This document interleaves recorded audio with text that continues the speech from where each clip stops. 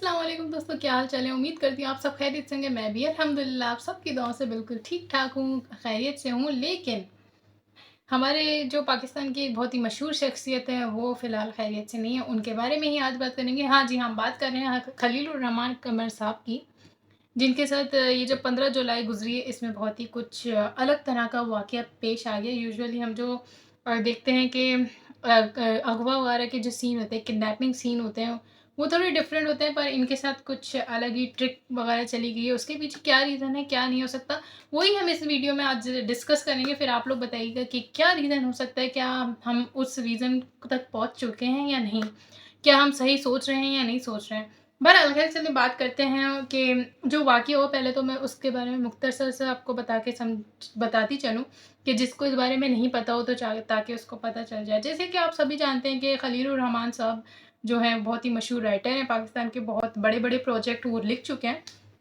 तो उनका जो अभी प्रेस कॉन्फ्रेंस हुई पुलिस के साथ बहुत ही माज़रत के साथ मैं एक बात कहना चाहूँगी। जब चल रही थी प्रेस कॉन्फ्रेंस, तो मैं कह रही थी थोड़ा-सा जो हमारे पुलिस के इदारे के जो लोग थे वो थोड़ा-सा खलीलुर रहमान कमर साहब को पुलिस से ज़्यादा लॉयर की तरह ट्रीट कर रहे थे। मतलब उनके बिहाफ़ में वो लोग ज़्यादा उनको डिफेंड कर रहे थे। तो मुझे लगता है कि उनको चाहिए था कि वो मौका दें कि खलीलुर रहमान साहब खुद ही अपने आप को डिफेंड करें। तो ये ज़्यादा एक सूटेबल और अनबायस्ड मुझे लगता है।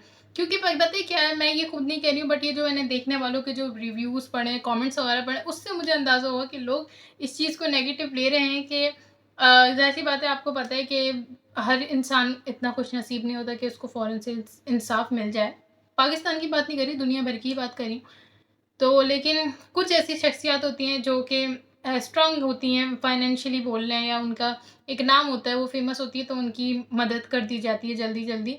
तो ठीक है, अच्छी बात है। वैसे सबके साथ सेम ही होना चाहिए, मतलब इमीडिएट एक्शन हर इंसान डिज़र्व करता है, किसी भी क्राइम के बाद या किसी भी नाइंसाफ़ी के बाद। बहरहाल ये एक मतलब एक चीज़ थी जो मैंने भी नोट की और बाकी देखने वालों ने भी नोट की कि उस प्रेस कॉन्फ्रेंस में ऐसा लग रहा था जैसे कि उनको बहुत ज़्यादा डिफेंड करा जा रहा है, जबकि उनको खुद वो अच्छे राइटर हैं, बोलना जानते हैं। तो ये वाक़या हुआ 15 जुलाई को कि खलीलुर रहमान साहब ने जो प्रेस कॉन्फ्रेंस में कहा, उसके बकौल उसके जो बात हुई, मैं यहाँ पर वो आपके सामने रख रही हूँ। उनका कहना है कि 15 दिन से अमन उरूज नामी एक लड़की है जो गुजरांवाला की रिहायशी है। वो उनसे लाइक थ्रू द टेक्स्ट और कॉल आई गेस वो उनसे राब्ता कर रही थी कि उसको कोई स्क्रिप्ट लिखवानी है, कोई प्रोजेक्ट उनके साथ करना है, और वो उस सिलसिले में खलीलुर रहमान साहब से मिलना चाहती है। तो सही है, वो राइटर है तो ज़ाहिर-सी बात है, एक लड़की क्या, उनको हज़ारों लोग अप्रोच करते होंगे, बोलते होंगे, ठीक है, सही बात है। और उसके बाद ये हुआ कि खलीलुर रहमान साहब रात के मेरे ख़्याल से 4:20 उन्होंने मेंशन किया था, तो वो इस टाइम पे उस लड़की से उसके घर फर्स्ट टाइम मतलब मिलने जा रहे थे, स्क्रिप्ट वगैरह डिस्कस करने। तो वो जा रहे थे उसके घर में स्क्रिप्ट वगैरह का डिस्कस करने और एग्रीमेंट वगैरह करने के लिए। तो जब वो उधर गए, तो जाकर जब वो बैठे, तो उनका कहना है कि उस लड़की के मतलब वो उधर उनके घर, उस लड़की के आमना उरूज के घर पहुँचते ही खलीलुर रहमान साहब को एकदम से दो बंदे और आ गए, जिसमें से एक का नाम वो मतलब हैकर बता रहे हैं। हैकर उसका एक उन्होंने रखा हुआ होगा, कोड वर्ड कह लें आप लोग, जो कि इस मतलब इस तरह के सीन्स में रखे जाते हैं और रियल नाम नहीं बोला जाता। तो वो और उससे समेत एक और आदमी, उन्होंने आके खलीलुर रहमान साहब का मोबाइल ले लिया, कार की चाबियाँ ले लीं, एटीएम कार्ड वगैरह उनसे सारे दरियाफ़्त कर मतलब ले लिए। और उसके बाद उनसे उनको तशद्दुद का निशाना बनाया गया, उनको टॉर्चर किया गया, उनको डराया-धमकाया गया कि वो पैसे निकालें, मतलब जो भी उनके पास पैसे हैं। तो खलीलुर रहमान साहब का कहना है कि उनके एटीएम से 2,20,000 मेरे ख़्याल से, या 2,60,000 इस तरह की रकम उनके एटीएम से निकाल ली गई है। और बाकी इसके बाद भी उनसे मज़ीद तकाज़ा किया गया है कि वो 1 करोड़ रुपए दें उनको। क्योंकि एक तरह का ज़ाहिर-सी बात है, इस सीन के बाद हम सबको अंदाज़ा हो गया है कि ये एक गैंग है जिसने खलीलुर रहमान साहब को निशाना बनाया। अब मुझे थोड़ा-सा यहाँ पर ये समझ नहीं आ रहा है कि उनको पैसों के लिए निशाना बनाया गया या फिर उनको डिफ़ेम करने के लिए। डिफ़ेम किस तरह, वो मैं अभी आगे जाके बात करती हूँ। तो बहरहाल उनसे इस चीज़ का 1 करोड़ का तकाज़ा किया गया, पर क्योंकि खलीलुर रहमान साहब ने उनसे कह दिया कि उनके पास नहीं है, तो उनको काफ़ी मतलब फायर वगैरह भी उनके ऊपर फ्री फायर छोड़े गए, मतलब नियर बाय, उनके ऊपर नहीं। उनके करीब, ताकि वो प्रेशराइज़ होके पैसे दे दें। पर जब उन्होंने देखा कि पैसे नहीं निकल रहे, तो घुमा-फिरा के उन्होंने फिर उनको वापस छोड़ दिया। तो ये सीन हुआ है खलीलुर रहमान कमर साहब, जो मशहूर राइटर हैं, उनके साथ।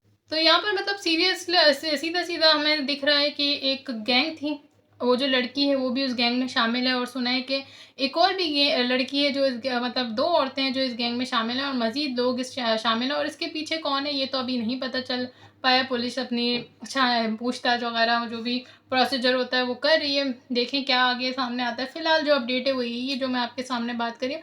चलिए खैर बात करते हैं, ये सीन हुआ, हम बड़े ही मतलब अफ़सोस करते हैं इस चीज़ पर, और खलीलुर रहमान साहब के लिए दुआ करते हैं अल्लाह उनकी हिफ़ाज़त फ़रमाए, और सबकी अल्लाह पाक ऐसे सीन से हिफ़ाज़त फ़रमाए। और ये बड़ा अफ़सोस हुआ, हमारी जो भी सिंपैथीज़ हैं वो उनके साथ हैं, और दुआएँ भी उनके साथ हैं। लेकिन चलिए अब बात करते हैं जो एक दूसरा मुद्दा जो बनाया जा रहा है। मुद्दा क्या, अब ये तो हम डिसाइड करेंगे, मतलब इस बारे में गुफ्तगू करते हैं कि कहा जा रहा है कि चलें ये मान लिया कि वो लड़की एक गैंग में शामिल थी, तो वो तो टोटली चलें, उसको गलत हमने कह दिया, जो कि विक्टिम्स अभी 2 पकड़े भी गए और लड़की का भी बयान लिया गया है।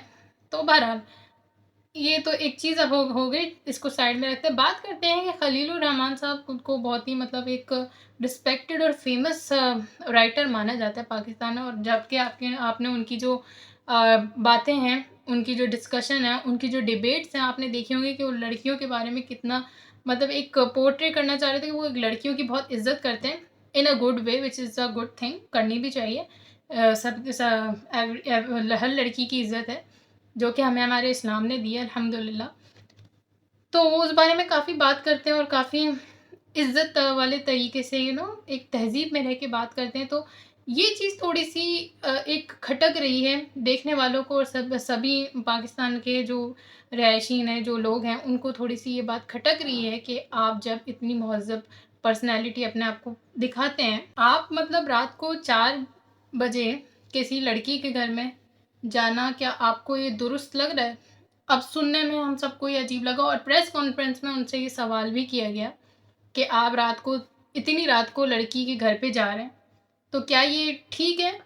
तो आपने इसका जवाब दिया खलीलुर रहमान साहब ने कि उनको डॉक्टर ने मना किया है धूप में आने जाने से, मतलब धूप अवॉइड करने का उनका है। तो यहाँ पर मेरे दिमाग में एक सवाल है जो मैं उनसे पूछना चाहूँगी कि धूप अवॉइड करने का डॉक्टर ने उन्हें कहा है, तो वो रात के मतलब धूप जो है हमारे पाकिस्तान में 4-5 बजे हल्की होके 6 बजे तो मतलब पूरी गायब ही हो जाती है। तो मतलब 6 बजे से काफ़ी ज़्यादा ऑवर्स हैं जिसमें आप जा सकते हैं, लाइक 6, 7, 8, 9, 10, 11, 12, आप इतने टाइम तक कहीं भी जा सकते हैं। तो इतना मतलब इतना रात का टाइम चुनने की ही क्या ज़रूरत थी? ठीक है, उनका ये भी कहना है कि वो 27 साल में इस इंडस्ट्री में हैं, और शोबिज़ में ये चीज़ बहुत आम-सी बात है। देखिए आम-सी बात है, लेकिन है तो वैसे गलत, पर ये दूसरी डिबेट हो जाएगी, रिलीजियस डिबेट हो जाएगी, जो कि मैं अभी नहीं कर सकती, वरना वीडियो बहुत ज़्यादा बड़ी हो जाएगी। के बस एक बात छोटी-सी यहाँ पे ज़रूर कहूँगी कि इस्लाम ने जो हदूद बना दी है ना, वो लाइक अलग नहीं कि शोबिज़ हो तो अलग है। बहरहाल शोबिज़ का माहौल आपके सामने है, जो है तो वो गलत है तो गलत है। बहरहाल इस तरह उनका कहना है कि मिलना वगैरह ये नॉर्मल सी बात है लड़की से रात के टाइम। ठीक है, अंडरस्टैंड कर लिया, बट आप इतनी अकल तो इंसान रखता है कि मान लिया इतनी रात को बंदा स्क्रिप्ट के सिलसिले में, काम के सिलसिले में ही जा रहा है, दूसरी एक्टिविटीज़ के लिए नहीं जा रहा है, और क्योंकि ये नॉर्मल सी बात है, लेकिन ये नॉर्मल सी बात जब होगी जब नोन लड़की से आप मिलने जा रहे हो, शोबिज़ की ही लड़की से। शोबिज़ ही सही, लेकिन जिस लड़की से आप मिलने जा रहे हैं कमर साहब, वो तो मतलब अननोन लड़की है ना। तो अननोन लड़की से रात के 4 बजे तो मुझे नहीं लगता शोबिज़ में भी कोई जिसको जानता नहीं होगा वो उससे मिलने चला जाएगा, और जबकि आप काफ़ी फ़ेमस भी हैं, और काफ़ी थ्रेड पे भी फ़ेमस लोग होते हैं। तो आपने किसी को साथ भी नहीं लिया, और आप उस टाइम चले गए, और रात के 4 बजे बहुत ही ज़्यादा एक बहुत ज़्यादा लेट टाइम हो जाता है। अभी काफ़ी लोग उनका कहना है कि सुबह सादिक का वक़्त है, तो सुबह कब होने वाली होती है। लेकिन आप जैसे कि हमारे लाइफ़स्टाइल को, पाकिस्तानी पाकिस्तानी जो लाइफ़स्टाइल है उसको जानते हैं, कि ये हम लोग रात ही कंसिडर करते हैं जब तक सुबह का दिन नहीं निकल जाता। और मुझे नहीं लगता कि जिस लड़की को आप जानते ही नहीं हैं, मतलब एक अगर रिस्क वाली उससे भी बात करूँ, तो बिल्कुल भी सूटेबल नहीं है कि एक अननोन लड़की के घर इतनी रात को जाना। शोबिज़ में जाते होंगे, मिलते होंगे, लेकिन अननोन नहीं, अननोन से नहीं मिलते होंगे और अकेले नहीं मिलने जाते होंगे। तो ये थोड़ी-सी ऐसी चीज़ें हैं जो ज़रूर शक पैदा कर रही हैं, जिसमें आपकी पर्सनैलिटी पे थोड़ा-सा एक पॉइंट करने का लोगों को मौका मिल रहा है, तो आप भी इतनी अकल रखते हैं। बाकी आपने खलील और कमर साहब ने ये कहा, मज़ीद बात इधर ये ऐड की जो उन्होंने कही कि वो धूप वगैरह अवॉइड करने के लिए ये टाइम उन्होंने सेलेक्ट किया। तो मैं पूछना चाहूँगी, रात को 4:20 पर वो गए हैं, तो मतलब ये है कि 1 डेढ़ घंटे बाद सुबह का दिन निकल जाता है। और जब जहाँ तक बात हो रही है स्क्रिप्ट वगैरह की, एग्रीमेंट की, तो ये चीज़ें तो इसमें कहते हैं ना, छोटी से छोटी चीज़ भी पढ़ी जाती है, डिस्कस की जाती है। 3-4 घंटे आराम से लगते हैं। तो धूप में किसी लड़की के घर जाना मना है और वापस उसके घर से आना धूप में मना नहीं है। तो मतलब या फिर आप अगले दिन ही ये टाइम सेलेक्ट करके उस घर से अपने घर जाते हैं। तो ये चीज़ मुझे थोड़ी-सी मतलब मैं इधर इस पे मेरा इख्तिलाफ़ है। मेरा इख्तिलाफ़ कमर साहब से कुछ नहीं है, बल्कि वो बहुत अच्छी एक राइटर है, रिस्पेक्टेड राइटर है, मैं उनकी रिस्पेक्ट करती हूँ। बट ये जो बात है ये थोड़ी-सी इनके साथ जो गलत हो उसके लिए भी मैं मज़म्मत करती हूँ, मतलब मेरी सिम्पैथीज़ इनके साथ है। पर खलील उर रहमान साहब, जब इंसान की थोड़ी-सी अपनी गलती हो तो उसको भी एक्सेप्ट करना कोई बुरी बात नहीं है। तो बहरहाल ये थोड़ा-सा डाउटफुल सा है और ये मेरे ख़्याल से इसका आंसर मैं भी नहीं निकाल पा रही हूँ। अगर मेरे देखने वालों को पता है, अगर मेरे देखने वाले इस अपने दिमाग के अकल की कमी नहीं है दुनिया में भाई, मुझसे भी ज़्यादा आगे की सोच किसी की हो सकती है। अगर आप लोग को इसके अलावा कोई मतलब रीज़न लगता है तो मुझे ज़रूर कमेंट में अपनी राय बताएँ। मेरी राय इस ये जो पूरा सीन हुआ है इस बारे में यही थी कि खलील साहब के साथ बुरा हुआ, पर उस बुरे के वो ज़िम्मेदार कहीं न कहीं खुद ही हो गए। और इस चीज़ से कहते हैं ना, अब जो गैंग थी, अगवा करना अगर किसी का है चलो, तो अगवा करने के लिए बहुत से तरीके हैं। पर क्योंकि गैंग जो इस तरह के अटेम्प्ट्स करने वाले होते हैं, वो थोड़ा-सा किसी इंसान के बारे में इन्फो निकालते हैं चीज़ें। एक छोटी-सी डकैती के लिए बंदा बहुत सारी रिसर्च करके फिर जा रहा होता है। तो जब इतने बड़े शख्सियत को एक किडनैप करना है, पैसे निकलवाने हैं, तो इतनी इन्फॉर्मेशन तो उनके पास भी होगी कि अगर लड़की के ज़रिए, कहते हैं ना बाबू भैया, लड़की का चक्कर बड़ा ख़तरनाक होता है। ख़ैर मैं इल्ज़ाम नहीं लगा रही, बट कमर साहब थोड़े से मुझे लगता है कि ट्रैप में आ गए थ्रू द गर्ल। तो बहरहाल जो दिखता है वो होता नहीं है, शोबिज़ में बड़े राज छुपे हैं। बहरहाल बाकी हम कमर साहब के लिए दुआ करते हैं, उनके साथ जो भी तशद्दुद हुआ है, जो भी ये ट्रॉमा उनके ऊपर गुजरा, अल्लाह पाक उनके लिए उनको इस ट्रॉमा से निकाले। ये बात तो माननी पड़ेगी कि कमर साहब ने बड़ी कोई दिलेरी से इस सीन को फेस किया, क्योंकि नॉट ईजी, काफ़ी ट्रॉमेटाइजिंग ये चीज़ें हो जाती हैं। चलिए इस वीडियो को करते हैं फिर यहीं पे एंड।